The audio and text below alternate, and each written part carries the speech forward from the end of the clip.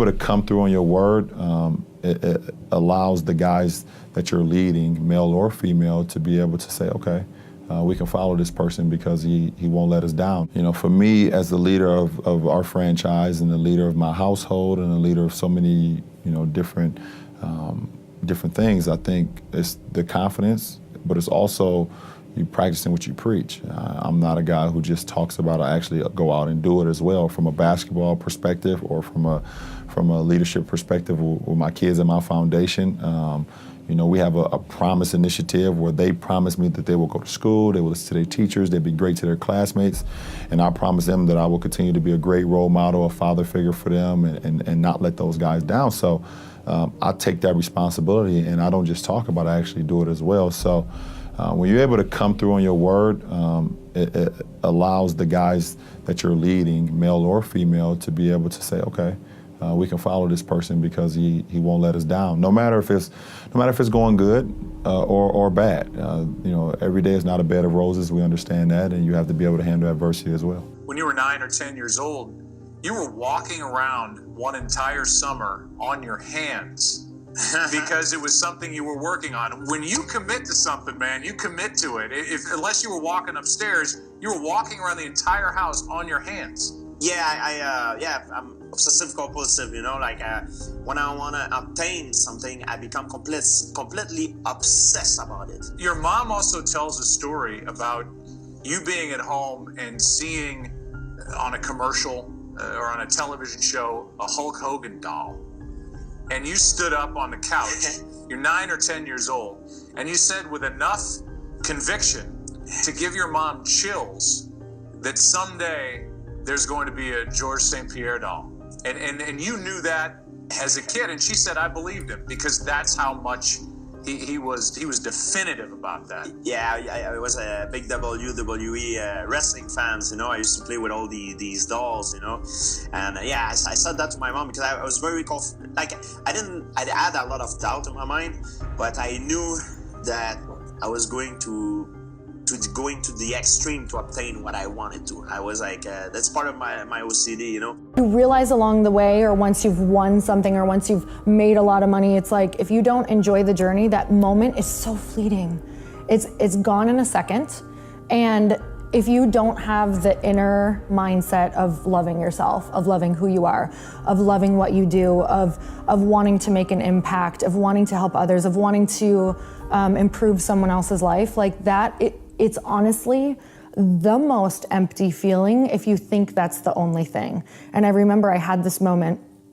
I had worked so incredibly hard. It had been like 6 years of competing. Some people compete and win right away and they get these covers, and you know, that's just what I thought would happen. And 6 years later, I'm still like not winning, not getting covers, nobody's noticing me. And finally, actually that year, something shifted for me. The year that I won, like swept everything. And what happened is the year prior to that, I had started training other people, go figure, training them for stage, really training them a lot in my studio, really wanting other people to win, like making their wins my win. And what happened is their journey became so much mine, and I became so just immersed in making someone else's life better that next year, it was like I was so fulfilled and happy. And that just radiated. I knew that my purpose wasn't just the body. I knew that my purpose was so much bigger than this one thing, that all of a sudden I showed up on stage as a totally different person. Literally, people were like, who are you? What happened? And I had this moment of, I let go of thinking this was everything, and I actually learned that the journey is about helping other people. It's about, you know, really loving what you do and who you are, but loving the fact that you get to do what you love for other people. And that just, it literally flipped on a dime for me.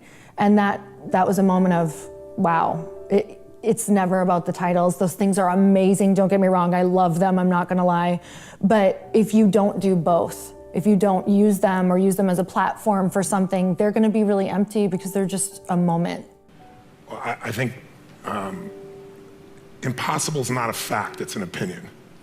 When someone tells me it's impossible, I always just look at them. Anybody around me knows that they can't do that. So that's part of it. But if they didn't know me, it's your opinion. And they'll say, no, science shows. And I say, yeah, and how many times has science showed something's impossible? Now science shows it's possible. Things are impossible until somebody does it. And so I find that, most of your business people, you look at businesses and what does it take to make a business grow? It's not impossible to make a business grow. A business has been shrinking for a long time, or it's been stuck. The real problem is always, the chokehold is always the psychology and the skills of the leader, always. And 80% of that is psychology and 20% is the mechanics. Like if you don't know how to read your financials and you're trying to fly the plane of your company, I mean, come on. If all you do is go down and you look at profit and loss and you see what it is and you have a beer, either way, you either celebrate or you get depressed, something, you're gonna be in trouble, right? But if you have the skill sets, that's one thing. But you can get any skill set if you have the psychology.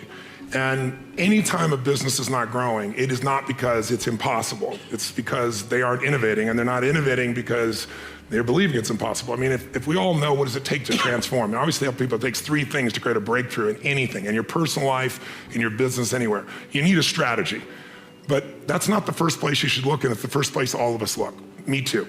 It's our inherent thing. You want to lose weight? Well, how do I do it? I want to grow my business? How do I do it? It's instinctive. We've been trained to think that way. But the problem is the how-to is usually not that complex. I mean, come on. 70% of Americans, 75% of America now is overweight? Is that because it's so complex how to be fit and strong, right? Only the 1% know the answers. They hide it from you. You have to work your ass off to not hear what it takes, right? And so I remember I went to a TED Med Center and I watched about 12 doctors, one after another, get up and do these stories about how we could just get patients to take their medications and try to figure out the whole thing. And I was just looking and going, you're all talking about strategy and you've forgotten psychology. Because strategy is wonderful. I'm a strategist. I spent my whole life figuring out strategies. As we both know, a strategy could save you a decade, right? In business, strategy could save you, it could make the difference between success and failure. But most people have strategies available, or they could get them, or you could create them. But the problem is you got a story. And your story is why it isn't working. And the story is, I've tried what? What? Everything. If you tried everything, you'd be fit, right? If you tried everything, you'd be profitable. If you tried everything, you'd be there. But people say it, I'm big boned. That's what I used to say. I'm still big boned, but I'm 38 pounds lighter than I was 25 years ago, and I've never gained it back, right? When I was big boned, that was my story. All the good ones are gone. That's why I'm not in a relationship. Or they're gay and I'm not, or I'm gay and they are, or whatever the story is. There's always a story. And what I tell people is, if you can just divorce the story of your limitation and marry the truth of your unlimited capacity, then the whole game changes. Beating the self-esteem drum for 50 years. Oh no, you're okay. You should feel good about yourself. Like, you're fine the way you are. It's like you think, well, that's a calming message for people. It's like, no, it's not. It's not at all. And I watch my audiences. It's like, it's full of people in the audience who think, I'm suffering a lot more than I think is tenable. A whole bunch of it's my fault. My life is not in the order it should be. I know I'm doing 50 things wrong. It's like, what the hell's wrong with me? What's wrong with the people around me? This is really serious. And some, well-meaning person comes up and says, you're okay just the way you are. It's like, no one wants that message. It's like, no, I'm not okay the way I am. I'm not okay at all the way I am. I know that.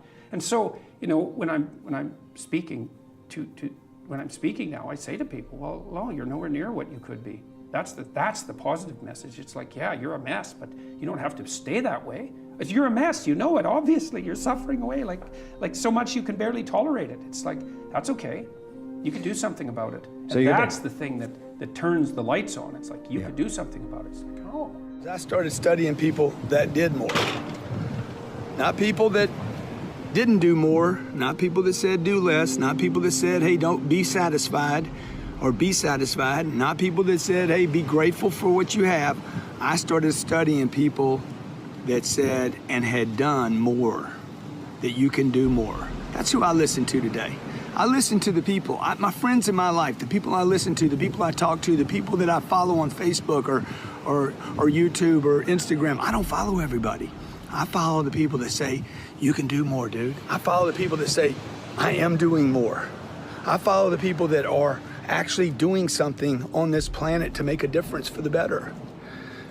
You have to be selective. You have to give something up, okay? You cannot listen to everybody, to every voice, to every person that's quit or given up.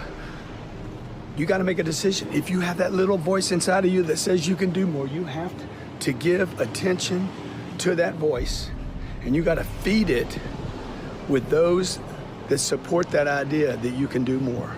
It's a very natural process to begin something, to be very excited, and then as you go down that process to realize, yeah, I actually don't like this, it's not giving me as much energy as I thought it would, it's taking energy away, and therefore I wanna give up and quit that thing. And she said, if you do that once or twice, like, hey, so be it, but if you're doing it every time, if you just love that initial rush, that excitement of something new, but the actual nitty-gritty reality of getting good at it, of doing what Michio Kaku calls having butt power, meaning you sit your butt in the seat and you do the work, if that's really your problem and nothing is interesting enough for you to sit there and do the work, you haven't developed grit yet. And so grit is the ability to persevere, to see things through, to go past the point at which it has stopped being fun and it becomes boring because you believe in your end goal enough, you're excited by what you're trying to accomplish so much that you're willing to fight through all of that difficulty. You're willing to fight through the boredom, you're willing to fight through the unease that arises when you step outside your comfort zone, you're doing things you're not good at, and things that are boring. Those are the two things that I find kill most people. They just cannot handle the things that make them go, oh God, like I'm not very good at this and I'm feeling really badly about myself. And they forget that they can get good on a long enough timeline. And then two, inevitably, in any pursuit of greatness, in any endeavor where you're trying to gain mastery, you're gonna get bored. Because practice is repetition. It's doing something over and over and over and over to really train yourself to get to the point where you're truly exceptional. And there's just so much boredom inherent in that process. So building in the resilience to see all that stuff through is the key part of grit. Every single morning, Monday through Fridays at 9 a.m., I host a live call-in radio show on Sirius Satellite Radio. It's called Make It Happen with Mel Robbins. And the thing that's been so crazy about that show is every single person that calls me on that show, they call in because they're feeling stuck in their lives and they're resigned about their ability to change their lives. And I'm not talking about people that are nuts. I'm talking about successful people like you and me that just somehow got stuck in their lives. And I'm not talking about people that are looking for cheesy self-help. I'm talking about people that really want to figure out how to move themselves forward. And you know, I find that so many of us think that our dreams are unreachable or unrealistic, and it's just so sad. I mean, people think that their dreams disappear. And if that's what you think, congratulations, you're officially stuck. And the truth is that our dreams are always there, and they don't ever give up on us, we give up on them. But here's the secret. If you just force yourself, and I mean force, because I know damn well none of you want to do anything about this, and I also know you're sitting there like, yeah, this self-help crap, this isn't for me. But if you just force yourself to take a couple small steps, there's always a surprise. I kept my job at McKinley, and part-time I started in the financial services industry and started to build a team of people and started to get my licenses and that transition, and I struggled like every upstart entrepreneur does. Well, it takes like 3 to 5 years until you really get a few clients, you know. In any business, I don't care if it's financial services, tech, dry cleaners, entrepreneurs, the first 5 years is just full of false starts. You get it going, then you don't. You get it going, you take a step forward, you take 3 back. It's constant false starts. It's constantly thinking you have it going. It's constantly negotiating in your mind the price you're paying. Is it worth it? Should I quit? Should I give in? I spent the first 5 years daily contemplating quitting. All the time. Even in the good time. It wasn't fun. And there's just a part of you, I think, in anything you're doing when you're struggling, is this really for me? Is this my destiny? Should I be doing this? And we misread failure from some sign. You know, is this a sign I shouldn't be doing it? You know, is this a sign I am, you know, not cut out for this? Instead of looking for signs that you can win, right? And so I spent the first 5 years literally trying to find ways to quit, trying to find ways to get out, struggling and struggling and struggling. And I went broke. I lost a car. I had the water turned off in my place. I bought my first house. I ended up having it foreclosed on eventually. So I'm not that house with the unicorns that you saw, right? Or my beach place. Like, that's all the after. People don't realize that there were just years and years of grinding and struggling and worrying in the beginning. And then I made some mental changes and some shifts that altered my life then again. There's differences, and then there's not differences. So, you know, the brain is the same. The brain evolved over the course of millions of years. So I try to make the point that what Da Vinci was going through the process there's a template there, and it's the same because our brains haven't really changed in an evolutionary sense in 400 or 500 years.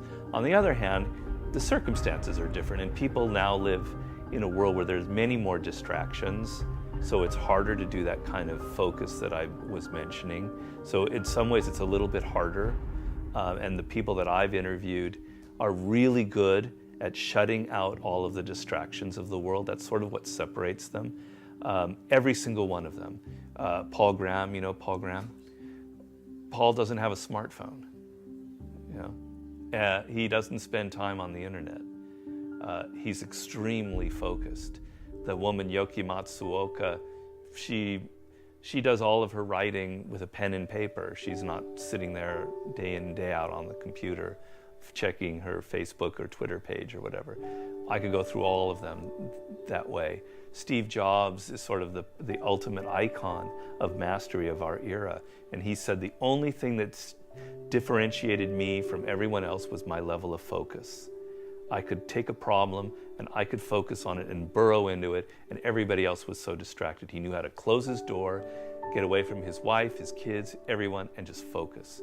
So all of these people have to overcome the intense distractions in our world, and they're able to do it. On the other hand, what you can get with a click on the internet, with a Google search, compared to what Da Vinci had to do, or a scientist in the 19th or 20th century, is absolutely astounding. So what you have at your fingertips, the knowledge, the things that you can connect and learn about, the potential for learning skills is out of this world. So if you're able to overcome the distracting elements that are, my girlfriend and I compare it to if you ever watch a basketball game and you see the opposing team shooting a free throw, and everyone behind him in the stands are all going like this with those big, trying to distract him. There's like hundreds of people. That's what the world is like now. You've got thousands of people waving those things. You've got so many distractions. If you're able to overcome that and be a person that can focus, you have this like wealth of information and knowledge and ability to acquire skills that nobody 100 years ago, 20 years ago could dream about. A lot of these interviews, the question that's the worst is people will say, where do you get your ideas? I don't know where I get them. And if I did, man, would I tell you? I mean, Jesus, they've been good to me. All I know is that I sit down and I turn on the machine, and there's always that first 10 minutes that's like smelling a dead fish or walking into a monkey house. And then something will click a little tiny bit, and that leads to something else. And it's like choo, choo, choo, choo, choo, choo, choo, until it's going faster and faster. And then you hit this kind of escape velocity. You're gone. The world, the normal, mundane, sort of stupid world where you got to do the breakfast dishes and you got to make the beds, and you got to worry about getting the kid to the dentist. All that's gone. But there's a place where you have to walk away from it because it's so kind of addictive. That otherwise, you might just sit there and skip meals and just be lost in that world. And you wouldn't want to do that because that's sort of the way crazy people are in institutions. You know what I'm saying? I'm in meetings a lot. My calendar gets very full with those. And then at night, after the kids have gone to bed, I'm on email a great deal. I get messages during the day. That's my chance to give long responses. And then over the weekend, I send a lot of mail as well. I take 2 weeks a year to just go off and read and think, where I'm not interrupted by work or anything else. I'm just solidly trying to think about the future, and people get to send me things to read as part of that so-called Think Week. So it's a nice mix of things. About 25% of the time that I'm out traveling around, meeting with customers, Europe, Asia, and that sort of helps me think, okay, do we have the right priorities? What are people responding well to, and what would they like to see us do better? Well, gratitude is one of the most strongest forms of power in attracting good things. You know, if you truly feel grateful for the things in your life, I always felt grateful for even the small things. I always used to celebrate the small things. Now I might be celebrating the bigger things, but I always celebrate every little good thing that would happen to me in my life, even before I had any kind of money or any of that. I would celebrate and I would feel grateful for it, and it just gave me more. And this is exactly the same thing that's happening right now. I still remain grateful, and more comes. Goals continue to change and to continue to get bigger, and I think as I sort of reach certain milestones, certain accomplishments, you know, it only makes me realize that I need to dream bigger. And I think that same thing for you guys. I think as you really build that confidence through your career, as you really start, you know, building your career and building your relationships and seeing your dreams actually realized, you just have to continue to keep dreaming bigger. And that's why it's so important to always continue learning, in my opinion, because you've never made it. I think we all can always continue to do more, and to be better and bigger. Goal, if you own a business, and I would assume a lot of your viewers are business owners or getting started in business, no matter how good you are in business, think about this. The one universal rule that idiots in finance know is diversification. It's the only free lunch. You gotta diversify. Because if you put all your eggs in one basket, no matter how good the basket is, one day that real estate market, that stock market, that bond market, that collectibles market, whatever you invest in, Ray Dalio showed me statistically, it'll drop 50 to 70% on a day. Now, if you're later in life when that happens, it's over for you. Right. So you have to diversify, and yet most people, they know real estate, so they do it, or they know stocks, so they do it, or they grew up with their parents flipping things, and it's the wrong thing to do. So you've got to diversify in order for you to be able to truly succeed, and that's why when you own a business, if you put all your money in your business, which is what most of us do naturally, It's a lot of risk. You put all your eggs in one basket, and there's things that can happen. I mean, you know, let's say you spent 20 years and you figured out how to put together the ultimate map, you know, and you remember Garmin came out with this thing called the TomTom. I don't know if you remember, you used to put on your, are you old enough to remember that? You used to put on your phone? Or you used to put on your dash? Cost $100. It was a breakthrough. They were making like 100 million or something, or They were. 6 months later, what happened? The iPhone came out with Google Maps. These little bastards, excuse my French, came out with it, put Google Maps, put their own map on here, and it costs how much? $0. What's that gonna do to your business when someone takes your product or service and gives it away for free?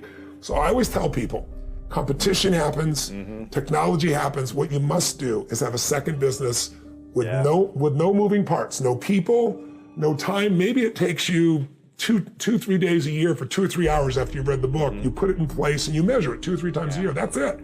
Go on with your life. Now, if there's a trouble in your business, you're financially set. In my life, have 31 companies now. We have, you know, what do we have? 1,200 employees, 7 different industries. We do $5 billion in sales.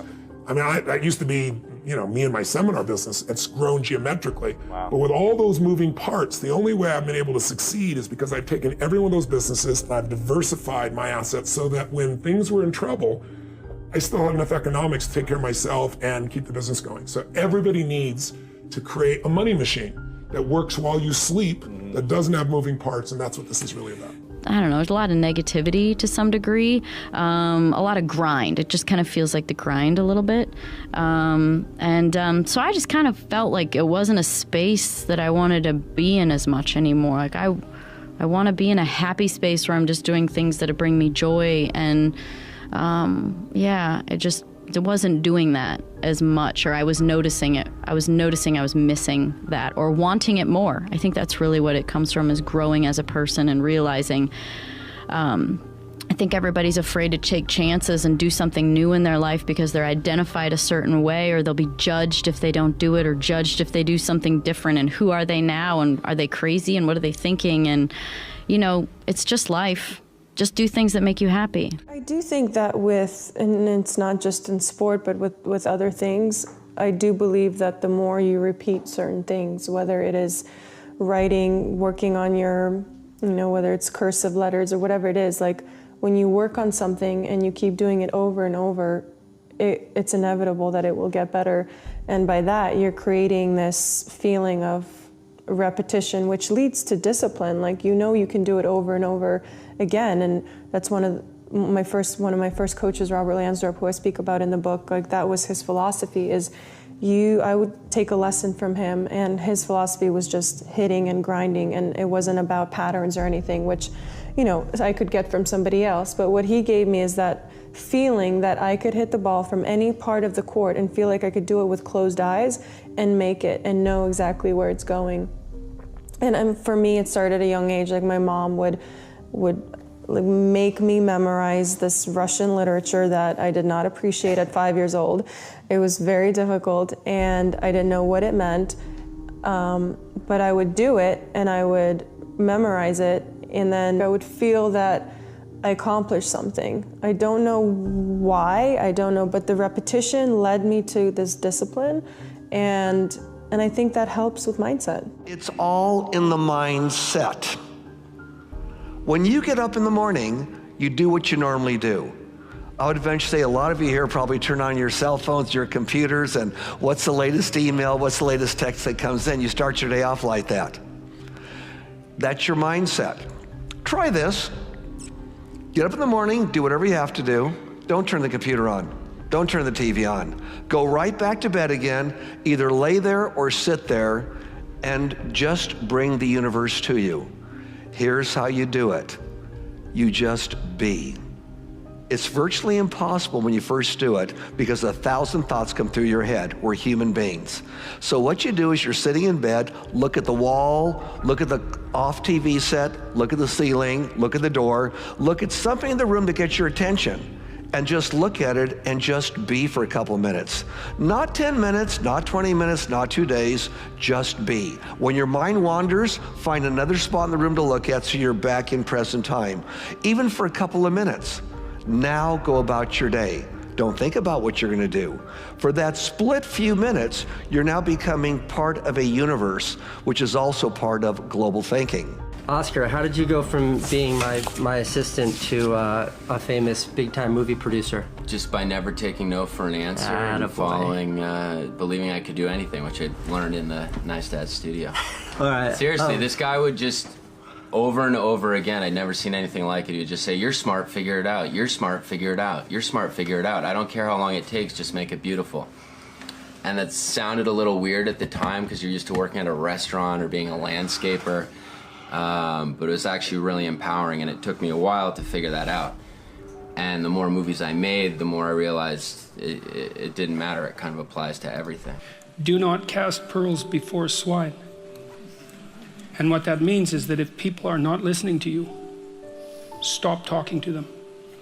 And that is the best piece of advice that I can give you. And what happens is that if you stop talking to people who aren't listening to you and start watching them instead, they will tell you what they're up to.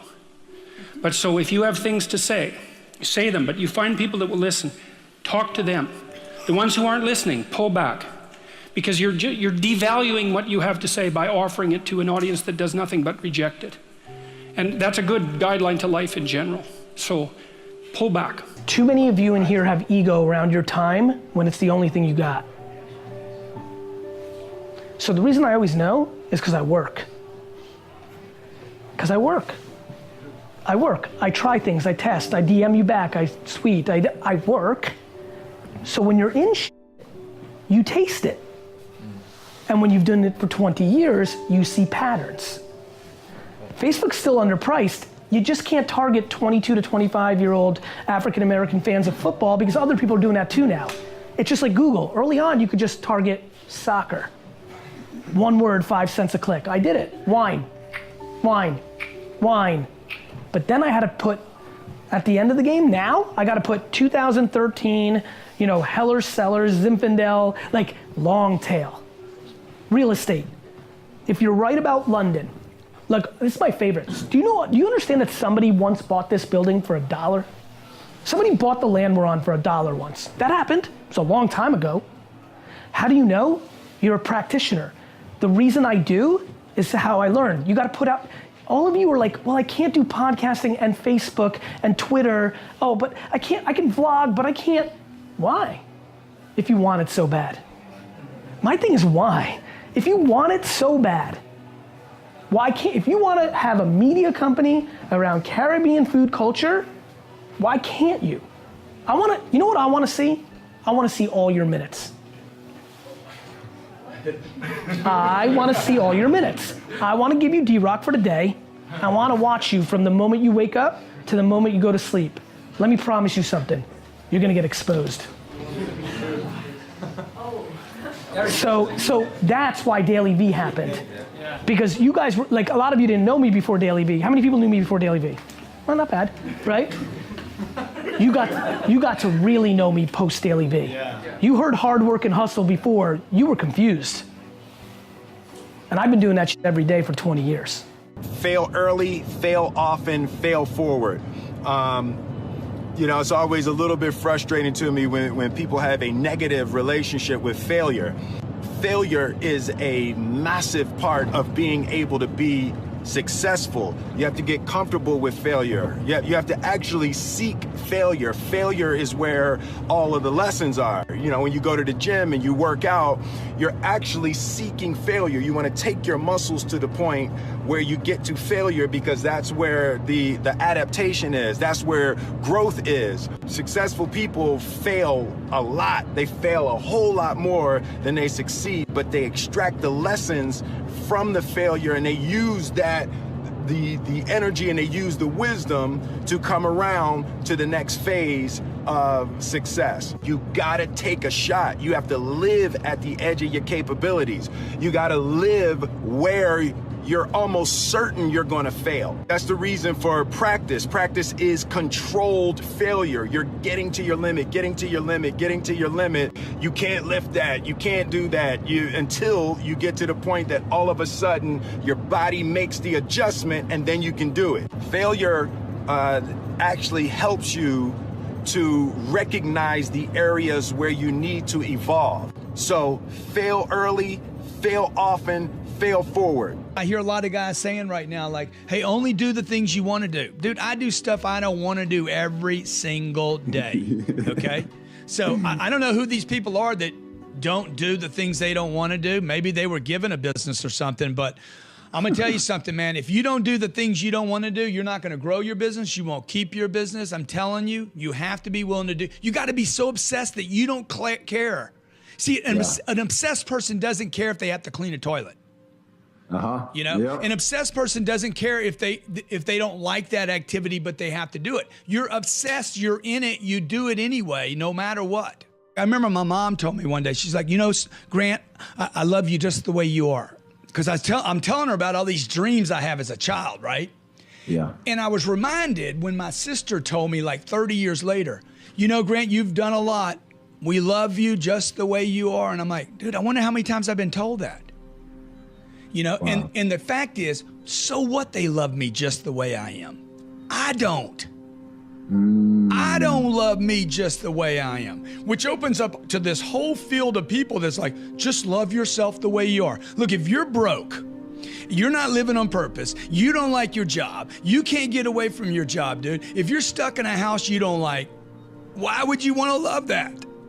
You should become obsessed with hating it, man. It's obsessed or average, one of the two. So just pick. Get a t-shirt, obsessed, or get another t-shirt, average. Which one would you be more proud wearing, right? Yeah. Who do I want to be, man? Who do I want to be? How do I want to die, man? I want to die all in. I'm not Mr. Mentor. I'm not the one who says, let's sit down, tell me how it's going.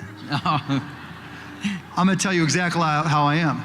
Get off your ass and get out there and sell something. That's right.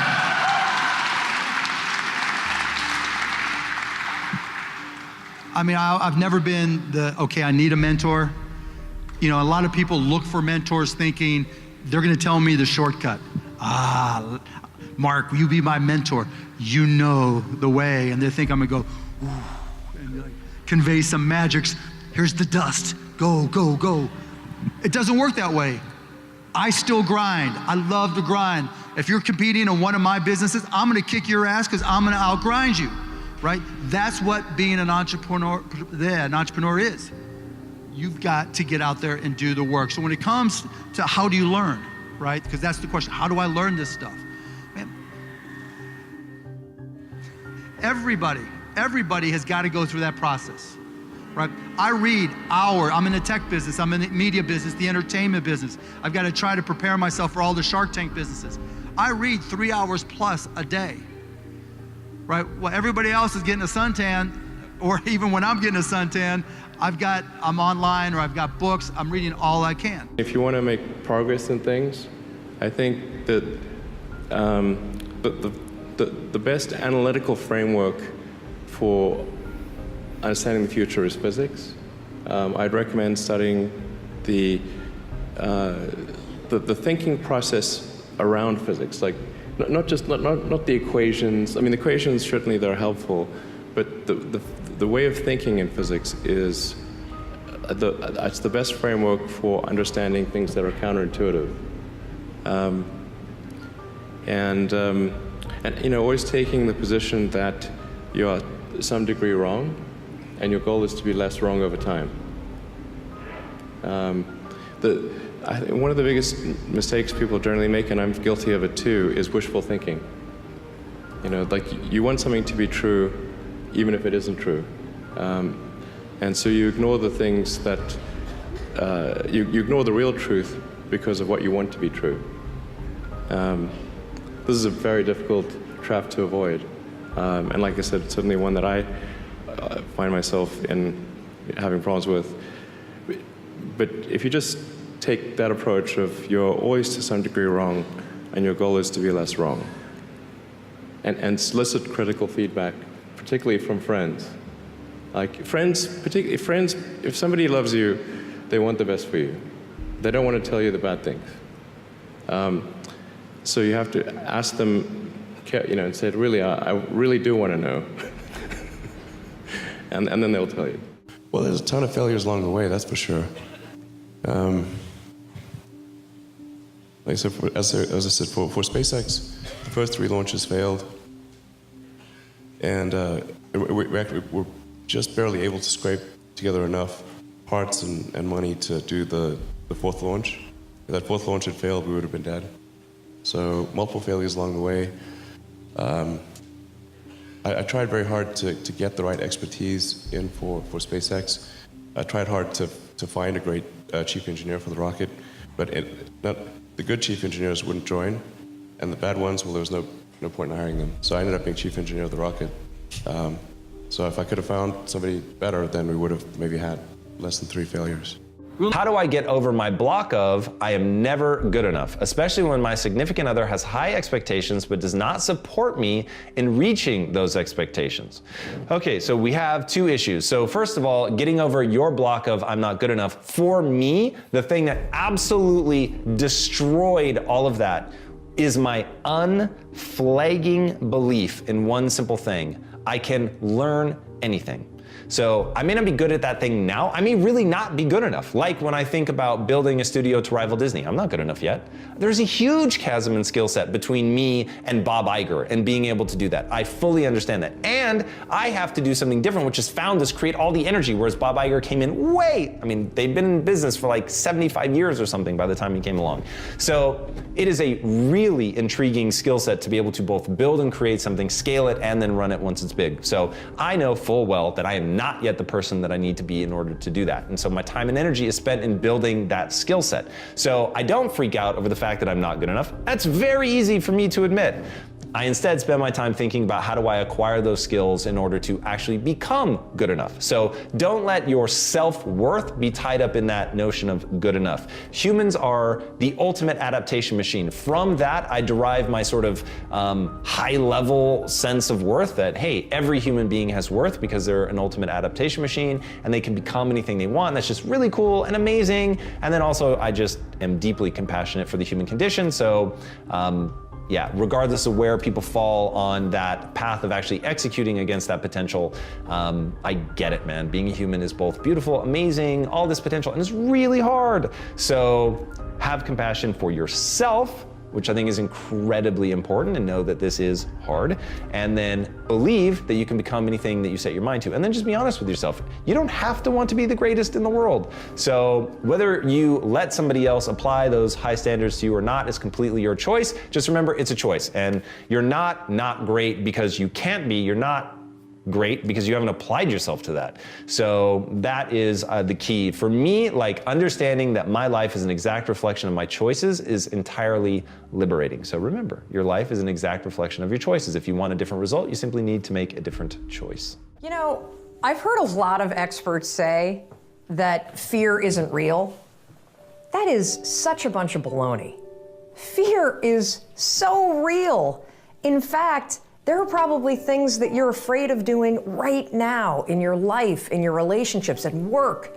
And the fact that you're afraid, that's robbing you of all of the experiences that you want to have in your life. I mean, if you're afraid to fly, that's going to limit your ability to travel and see the world or go visit friends. If you're afraid of public speaking, that's going to really limit your ability to express yourself and share your ideas. If you're afraid of talking to your boss or asking for a raise, that directly impacts how much money you make.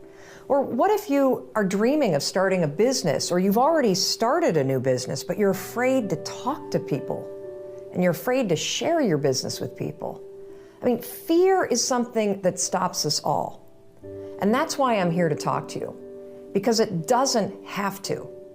Fear is real, but I am going to share a secret weapon that I have used for years to beat every single fear that used to stop me.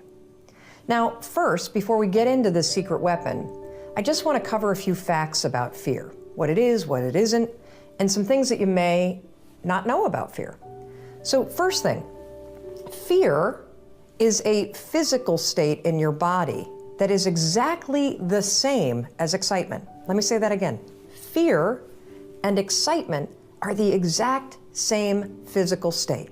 Your heart races. You might sweat a little bit. You might feel tightening in your chest. You might feel a pit in your stomach. You have a surge of cortisol.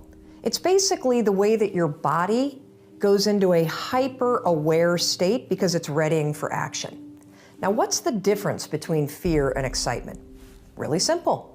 The only difference between fear and excitement is what your brain is doing as your body is all agitated. If you're excited, your brain's going, oh, wow, this is going to be so cool to ride this roller coaster. If you're afraid, your brain's going, no way, there's no way I'm doing that. This is dangerous. Get out of there. Don't do that. It's saying something different. So what's critical about understanding this is that we're going to use the fact that your mind is either working for you for excitement or against you with fear to your advantage. And I'll tell you about it in just a minute, how you're going to do that. Second thing I want you to understand is that you may have heard the advice, feel the fear and do it anyway. You may have heard the advice, oh, just try to calm down. Think positive thoughts. It doesn't work, does it? And there's a reason why it doesn't work. So let's go back to fact number one. When you're afraid, your body's in a state of arousal and agitation, and your heart is racing, and you're all like amped up, and you're hyper aware of what's going on, and you're freaking out a little bit. What is it like when you're calm? You just kind of chill, right? You got like this low arousal state. Very, very difficult to go from a state of agitation and being all jacked up and excited and weirded out and to a kind of state. It doesn't work. It's like trying to stop a train by throwing a boulder on the tracks. It's going to make the train jump off the tracks. It's going to cause a disaster. In fact, they've proven in research that when you try to ignore your fears, it actually makes them worse. And they've also proven in research that positive thinking alone also can make your fears worse. So, what do you do? What do you do when you're about to go talk to your boss and you feel afraid? What do you do when you have to get on a plane and you're actually terrified of flying? What do you do if you got to give a presentation and you are afraid of public speaking? Here's what you're going to do. You're going to use a strategy, the same one that I use, that has helped me beat every single fear and turned me into somebody that is terrific when it comes to a high-stress situation. This is how you do it. You're going to use my 5-second rule in combination with what I call an anchor thought, and that is going to reframe what your mind is doing so that your mind goes from feeling agitation and making you afraid to reframing it from agitation to excitement. It works like magic. Now, I have used this technique for years, literally for years. And one of the ways that I want to introduce you to it is I want to take you backstage. I want to take you backstage to a speech that I delivered this year. And what you're going to see is you're going to see me behind, the major set. I'm about to walk out. You can kind of hear the crowd roaring. My introductory video is playing. My body is in a state of arousal. I am literally, my heart is racing, my arms are sweating. Like you're going to see this. I'm going to tell you about it. And you're going to watch me use this same technique I'm going to teach you to reframe my nerves into excitement. I was believing more. I mean, I sure did like what I was doing, and I had people, and I couldn't, honestly, at that time, the $320 I was getting, I was like, is this legal? Because it was so much fun, and I was really looking over my shoulder going, and I kept getting invited back, and then I'd have people come up and go, hey man, you're good at this. And I was like, well, thanks, because it sure is fun. So I really didn't know. I guess secretly, if I look back and I look at my diaries, there was hope underlying, but I was still like, I need to go out and get a job. And if I can pursue acting on the side, get a PA job, get in the storytelling business behind the camera, and let's see. And then another funny thing happened. That first audition when I got out here was for a casting director named Hank McCann. You know what I'm talking about? Yeah. It was for a film called Boys on the Side. And I went and read, and he goes, I think you did really good. I'll have you for a callback sometime later. I went off from there. I get called in for a baseball film, Angels in the Outfield. I walk in the door. There's a bunch of funny peculiarities about how the hell I got to be standing here today. I walk in the door, it was backlit. I remember I had an American cap on. It was on Warner Brothers Light. I open up the door, it was backlit in the afternoon. Producer's sitting on the couch. He looks up and goes, hey, look at you. The all-American kid. He goes, you ever played baseball? I said, 12 years. He goes, you got the job. So they pay me Schedule F, $48,500 to go play baseball for 11 weeks in Oakland. Again, I'm going, what is this business? But it happened, and during that, I got called back to read for Herbert Ross for Boys on the Side and got that role. And so that Coen Brothers film that got pushed, that PA job that I would have taken if it was there, never happened, and I haven't PA'd.